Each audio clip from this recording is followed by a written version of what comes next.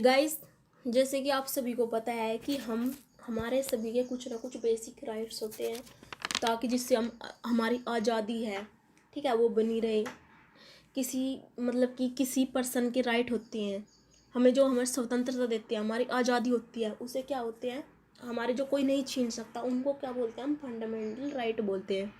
ठीक है, आज हम किस चीज़ के बारे में पढ़ेंगे? आज हम फंडामेंटल राइट पढ़ेंगे कि हमारे फंडामेंटल राइट क्या होते हैं। जो हमारे फंडामेंटल राइट हैं वो हमारे 12 से 35 तक आते हैं। 12 से 35 तक आते हैं जो हमारे फंडामेंटल राइट है। ये कहाँ से लिए गए हैं? यूएसए से लिए गए हैं। और जो हमारे फंडामेंटल राइट, अगर कोई भी हमारे फंडामेंटल राइट के साथ छेड़छाड़ करता है तो हमारा जो सुप्रीम कोर्ट है, हाई कोर्ट है, उनकी जिम्मेदारी है कि वो हमें न्याय दे। ठीक है, और जो हमारे फंडामेंटल राइट है, हम इनको ब्रिटिश लैंग्वेज में मैग्ना कार्टा कहा गया है, और हम भी इनको मैग्ना कार्टा बोलते हैं। ठीक है, मैग्ना कार्टा भी बोला जाता है। और हमारे फंडामेंटल राइट 6 होते हैं, और 6 होते हैं, मतलब कि पार्ट 6 होते हैं, और इनके अंदर भी आर्टिकल होते हैं। चलो अब हम वो पढ़ते हैं, हमारे 6 आर्टिकल क्या क्या होते हैं। देखो, राइट टू इक्वलिटी, यानी कि सब इक्वल हैं। ठीक है, ये हम आगे डिटेल में पढ़ेंगे। जो हमारे 14 से 18 तक राइट टू इक्वलिटी होती है, सब इक्वल है। और राइट टू फ्रीडम है, आगे हम इन सबको हम आगे डिटेल में अच्छे से पढ़ेंगे। और हमारे 22 से 24 तक होते हैं अगेंस्ट एक्सप्लॉयटेशन, यानी कि शोषण के विरुद्ध। ये नहीं है कि कोई किसी का शोषण करे कि ये स्त्री है, ठीक है, ये पुरुष है, इस बेस पे रिलीजन के आधार पर सबको फ्रीडम है। आप सभी को पता, हमने पिछली वीडियो में पढ़ा था कि हमारा जो कंट्री है वो सेकुलर है। ठीक है, कि हमारे कंट्री में सबको स्वतंत्र है, कोई मतलब कि जिसकी जो मर्जी है वो ही धर्म अपना सकता है, सभी को एजुकेशन का राइट है। ठीक है, और हमारे कॉन्स्टिट्यूशनल रेमेडीज है, जो एक हम पढ़ते हैं, एक हमारा आर्टिकल 31 था, उसके अंतर्गत क्या था, संपत्ति का अधिकार था। ठीक है, जो हमारा संपत्ति का अधिकार था वो हमने हटा दिया। वो हमने क्यों हटा दिया? क्योंकि इससे कुछ प्रॉब्लम्स आ रही थी। जैसे कि मान लो कि सरकार को रोड बनानी है, ठीक है, उस रोड के बीच में हमारा घर आता है, तो फिर सरकार बोलेगी कि हमें रोड बनाना है, हम उधर से रोड बनाते आ रहे हैं और तुम्हारा घर बीच में आता है, तो अपना घर हटा दीजिए, जगह मुझे दे दीजिए। तो हमारा जो फंडामेंटल राइट होता था उसके अंतर्गत हम नहीं देते। ठीक है, तो अब वो हमारा फंडामेंटल राइट नहीं है। तो अब सरकार का मन है तो हमें कुछ मुआवजा की रकम देकर तो सरकार हमसे वो ले सकते हैं, फिर हमें कहीं और सेटल करके। ठीक है, तो सरकार हमसे वो जगह ले सकती है। ये हमारा अब फंडामेंटल राइट नहीं रहा है। अब हम पढ़ते हैं फंडामेंटल राइट के बारे में, डिटेल्स में पढ़ लेते हैं। ठीक है, जो हमारा फंडामेंटल राइट है वो हमने यूएसए से लिया गया है। और हमारा जो फंडामेंटल राइट है वो बिना इमरजेंसी के टाइम में तो वे कंटिन्यू रहते हैं। अगर इमरजेंसी है तो उसमें कुछ ऐसी सिचुएशन आ जाती है जिसमें हमने अपने आप को समझना पड़ता है। सिचुएशन को देखते हुए हमारे फंडामेंटल राइट है उनको सस्पेंड कर दिया जाता है इमरजेंसी के टाइम में। ठीक है, जैसे कि आपको कहीं भी घूमने का अधिकार है, ठीक है, और भारत और पाकिस्तान का युद्ध हो रहा है, आप वैसे घूमने जाओगे तो आपकी जान को खतरा है ना। ठीक है, आपके हित को देखते हुए उनको इमरजेंसी के टाइम में सस्पेंड किया जाता है। जो हमारे सुप्रीम कोर्ट है और हाई कोर्ट है, उनके पास ये अथॉरिटी है, इनके पास ये राइट है। अगर आपको आपका फंडामेंटल राइट कोई भी छीनता है, ठीक है, या फिर आपके फंडामेंटल राइट के साथ कोई छेड़छाड़ करता है, तो हमारे सुप्रीम कोर्ट और हाई कोर्ट के पास अथॉरिटी है कि वो आपको न्याय दे, आपकी मदद करे। ठीक है, और हमारा जो फंडामेंटल राइट है वो इन्फोर्सिबल है। और आप सभी ने पढ़ तो लिया, हमारे फंडामेंटल राइट 6 प्रकार के होते हैं। अब हम फंडामेंटल राइट पढ़ते हैं स्टार्टिंग से। ठीक है, मतलब 12 से पढ़ते हैं। हमारे जो आर्टिकल 12 है, इसमें क्या है, इसमें स्टेट की डेफिनेशन दी गई है। स्टेट क्या है? ठीक है, जो हमारा हमने स्टेट की डेफिनेशन पहले भी पढ़ी थी। ठीक है, और स्टेट की डेफिनेशन ये है, ये हम मतलब कि हमारे जो संविधान के अकॉर्डिंग स्टेट की डेफिनेशन है ना वो थोड़ा अलग है। ठीक है, और हमारे आर्टिकल 12 की डेफिनेशन स्टेट के अंतर्गत क्या है, मतलब कि यानी कि गवर्नमेंट है और पार्लियामेंट ऑफ इंडिया, यानी कि गवर्नमेंट हमारी जो सरकार है और पार्लियामेंट ऑफ इंडिया वो रूल बना सकती है कि हमारे देश में क्या होना चाहिए क्या नहीं होना चाहिए, मतलब कि हमारे हित के लिए रूल बना सकती है। ठीक है, मगर एक दायरे में रहते हुए, ताकि वो हमारे बेसिक राइट के साथ कुछ भी छेड़छाड़ ना करे। और हमारी जो स्टेट है, स्टेट के अपने राइट होते हैं, स्टेट अपने अलग रूल बना सकती है, मगर वो किसी के साथ कोई भी भेदभाव नहीं किया जाना चाहिए। और हमारे लोकल अथॉरिटियाँ वो भी अपने बना सकती हैं। अब आप देखिए, हमारी स्टेट को राइट है बनाने के, मगर एक लिमिट में रह के बनाएगी। जैसे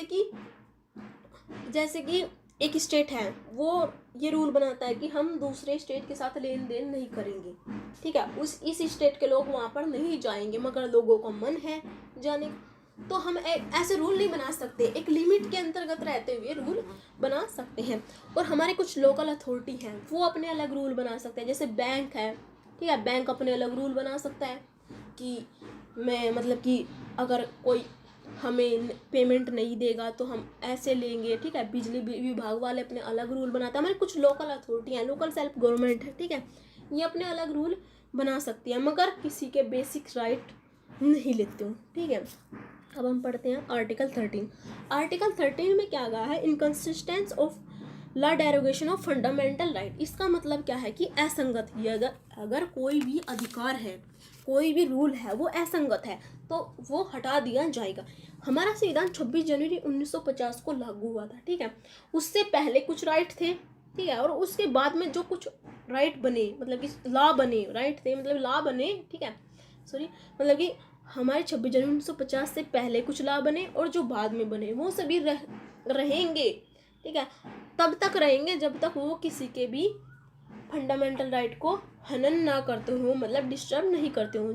जैसे कि आपको घूमने का अधिकार है, ठीक है, तो इसका मतलब ये नहीं कि आप पड़ोसी के घर घूमने चले जाएं, वो उसकी पर्सनल, मतलब कि उसकी पर्सनल लिबर्टी है, मतलब उसकी जो पर्सनल लाइफ है, ठीक है, उसमें इंटरफेयर करेंगे, तो आपको ये अधिकार नहीं है, ठीक है। जैसे कि हमारा 3 तलाक का केस था, उसमें क्या था, उसमें जो था मतलब कि महिलाओं को कम अधिकार मिल रहे थे, ठीक है, तो हमने उसमें चेंज कर दिया अमेंडमेंट ला के, ठीक है। हमारा 3 तलाक था, उसमें चेंज कर दिया हमने।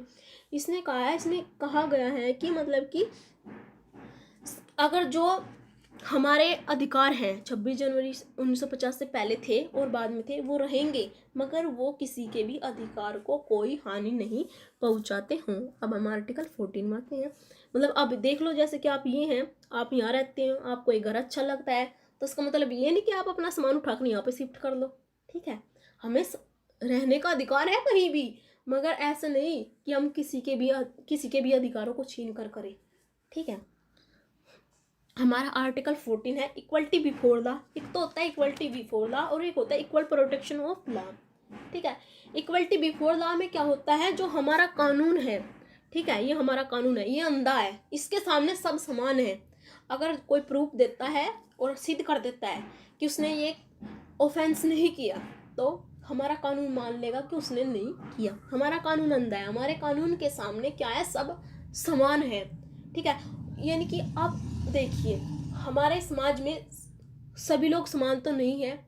जैसे कि मतलब कोई छोटा है, कोई बड़ा है, कोई अमीर है, कोई गरीब है, ठीक है, तो उसके लिए भी है कुछ कंडीशंस, ठीक है। हमारा कानून सभी को समान मानेगा, पर उसके लिए भी है कुछ कंडीशन। ऐसे लोगों को हम पॉजिटिव डिस्क्रिमिनेशन दे सकते हैं। जैसे कि पॉजिटिव डिस्क्रिमिनेशन मतलब कि कोई नीची कास्ट का है, मतलब कि थोड़ी सी रिजर्वेशन दे दिया, ठीक है, रिजर्वेशन दे दिया, मतलब कि इसे पोस्ट मिल जाए, इसको थोड़ी सी हेल्प कर दी, ऐसे है, ठीक है। इक्वलिटी बिफोर लॉ है, इक्वलिटी बिफोर लॉ और equal protection of law. Equal protection of law इसमें क्या होता है, जैसे कि मान लो कि ये है, ये नीचे कास्ट का है, ये ऊपर है, मतलब ये बड़ा है, ठीक है, इसने मतलब कि, या फिर ये मान लो कि ये बच्चा है और ये बड़ा है, ये कुछ भी कर देता है। जैसे कि इसको सज़ा मिलेगी, यानी कि 21 का है और ये 5 का है, इसको सज़ा मिलेगी लाइफ, मतलब इसने मर्डर कर दिया, इसको पूरी लाइफ के लिए सज़ा मिल गई। जो 21 एज का है, इसको 3 साल के लिए सज़ा मिल गई। क्यों मिली, क्योंकि ये अनइक्वल है, ठीक है, अनइक्वल है। इक्वल प्रोटेक्शन, ठीक है, अनइक्वल है। यहाँ पे कुछ कंडीशन लगती हैं इसमें, मतलब ये कुछ कंडीशन होते हैं। जैसे कि हमारा आर्टिकल 105 है, ठीक है, हमारे आर्टिकल 105 में क्या है, यानी कि पार्लियामेंट के जो पीपल है वे क्या कर रही हैं, ठीक है, किसको वोट दे रही हैं, ठीक है, हम उस पर कोई क्वेश्चन नहीं उठा सकते। यहाँ पे उसको थोड़े अधिकार दी गई हैं, पॉजिटिव डिस्क्रिमिनेशन दी गई है। जैसे कि आर्टिकल 194 है, हमारे जो पार्लियामेंट में क्या क्या बात कर रहे हैं, क्या कह रहे हैं, ठीक है, ठीक है, ये मतलब कि मतलब ये स्वतंत्र है, मतलब आपस में एक दूसरे को कहने के लिए स्वतंत्र है, हम उस पर कोई केस नहीं कर सकते। जैसे कि हमारा आर्टिकल 361 है, ये हमारे जो मतलब कि जो गवर्नर हैं और प्रेसिडेंट हैं उनको पॉजिटिव डिस्क्रिमिनेशन देता है, हम उनको कुछ नहीं बोल सकते, ठीक है, मतलब कोई केस नहीं कर सकते अगर वो मर्डर वगैरह कर दे। मगर हाँ, जब उनका टाइम काल ख़त्म हो जाएगा उसके बाद में हम कर सकते हैं, ठीक है।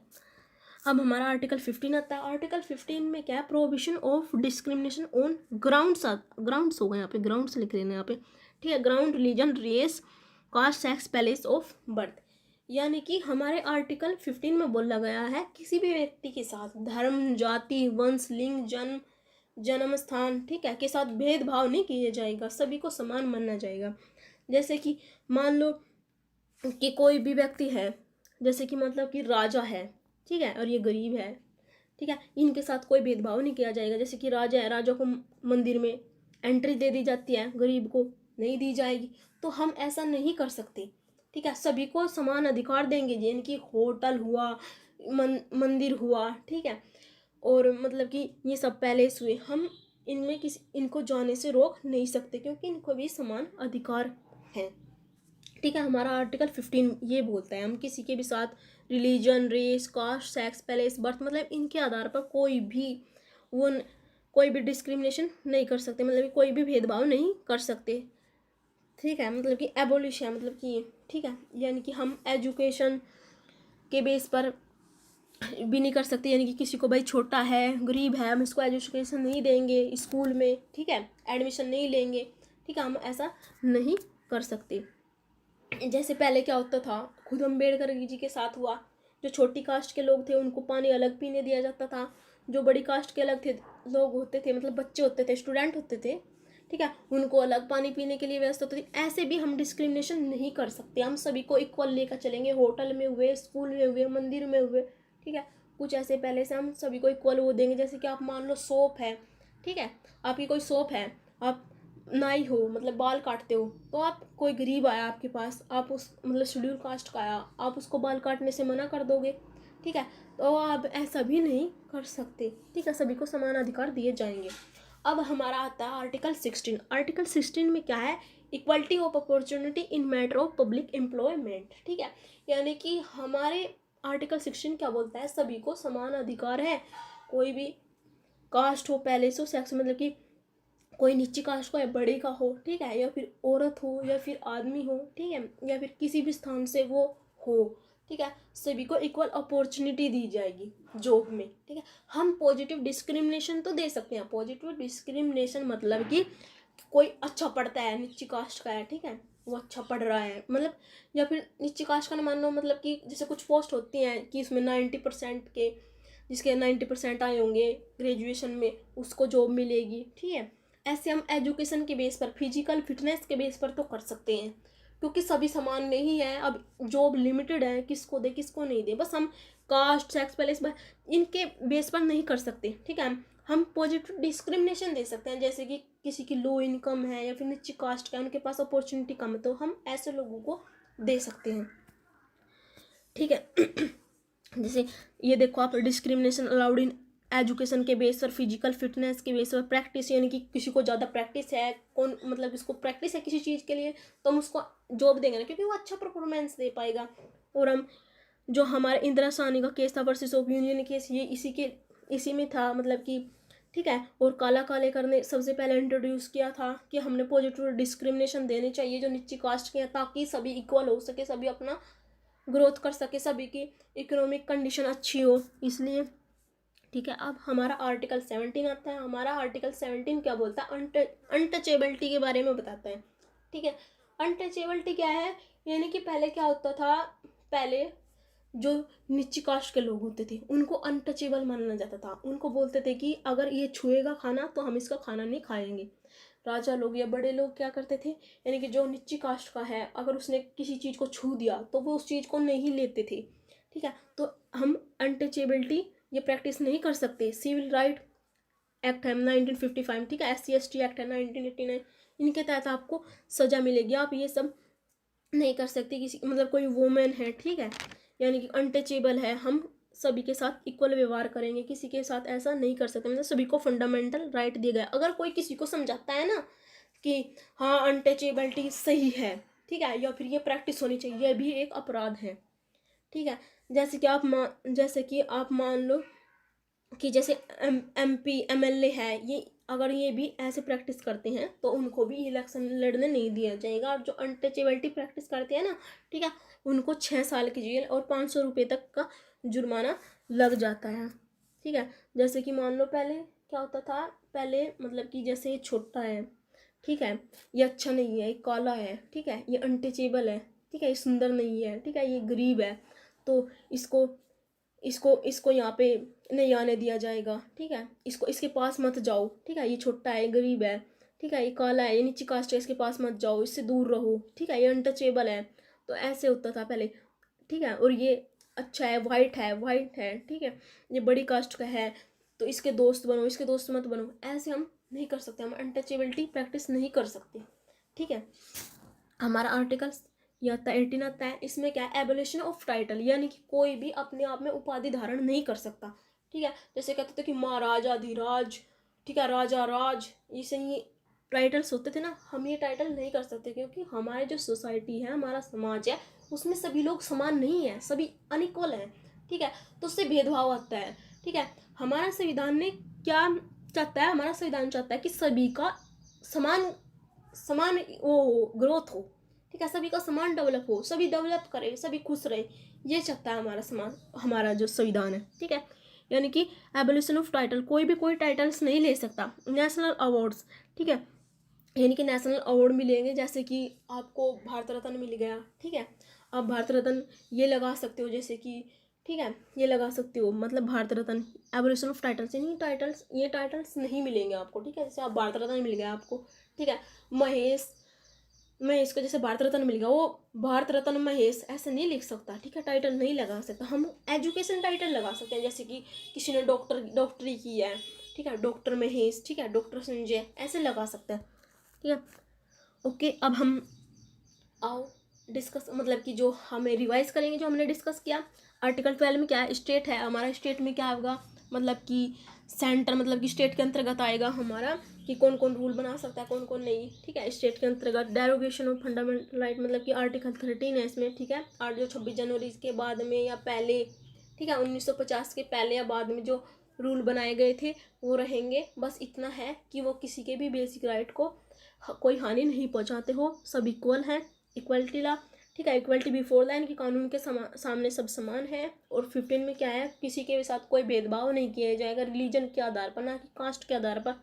ठीक है, इन सब के आधार पर, और सभी को जॉब में समान अधिकार है। ठीक है, ये औरत है, वुमन, सभी को समान अधिकार है। बस कहीं पर उनकी कुछ कंडीशन रखी जाएंगी, जैसे कि कुछ काम होते हैं जो औरतों के लिए परफेक्ट नहीं है, जो लेडीज़ के लिए नहीं सही नहीं है, तो उनको नहीं दिया जाता, उनको कम दिया जाता, मतलब उनको बताया जाता है। ठीक है, जैसे कि युद्ध में अब सभी लेडीज़ को तो हम भेज नहीं सकते, क्योंकि वो आप सभी भी जानते हैं कि वो बायोलॉजिकली फिट नहीं है। ठीक है, फिजिकली फिट नहीं है वे बायोलॉजी के अकॉर्डिंग। ओके, और आर्टिकल 17 में क्या आता है, अनटचेबिलिटी आता है। और हमारा आर्टिकल 18 में क्या आता है, आर्टिकल 18 में क्या आता है, टाइटल्स होता है, एबोलिशन ऑफ टाइटल। ठीक है, ओके गाइस, थैंक्स।